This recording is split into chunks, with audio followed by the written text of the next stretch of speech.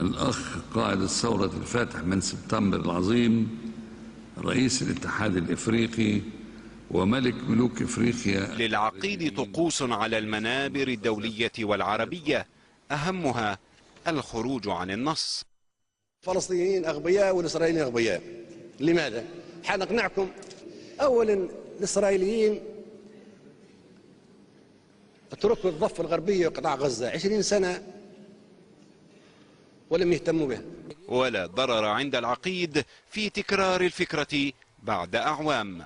هي فلسطين الضفة الغربية وقطاع غزة، زين؟ إذا كانت هكذا هذه ما احتلوها الإسرائيليين عام 48، تركوها لكم 20 سنة، لماذا لما عملتوا فيها دولة فلسطينية؟ وحتى لا تتكرر الفكرة كثيرا، وضع حلها العقيد في الكتاب الأبيض.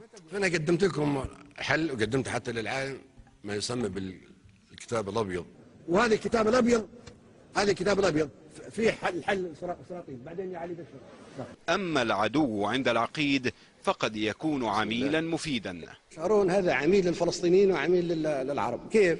قالوا لي إنه هو يعمل في أشياء تؤدي إلى ذبح الإسرائيليين بالعشرات وبالمئات. إذا هذا مدسوس داخل الإسرائيليين. ميثاق الأمم المتحدة لا داعي له. هذا انتهى وقته في الحرب العالمية الثانية. هذا العقيد يعلم أن طول الخطاب قد يدفع بالنعاس. كلكم نايمين تو، كلكم تعبانين، واضح. ليش هذا التعب؟ وللعقيد علاقة غريبة مع المترجمين. لازم الترجم بالجملة معك. زيادة المقاعد يزيد الطين بلة. أنا ما بعرف المترجم كيف ترجم الطين بلة. هذه مثل يصعب ترجمتها بالإنجليزي يعني، لكن المساعدة كان فيها هي to add insult to injury.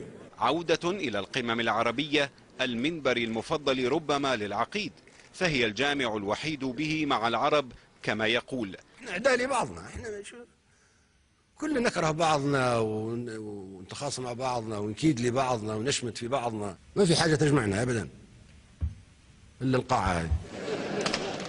رغم كلام العقيد وبعد أعوام عاد واتهم العرب بخيانته ولامهم على ذلك.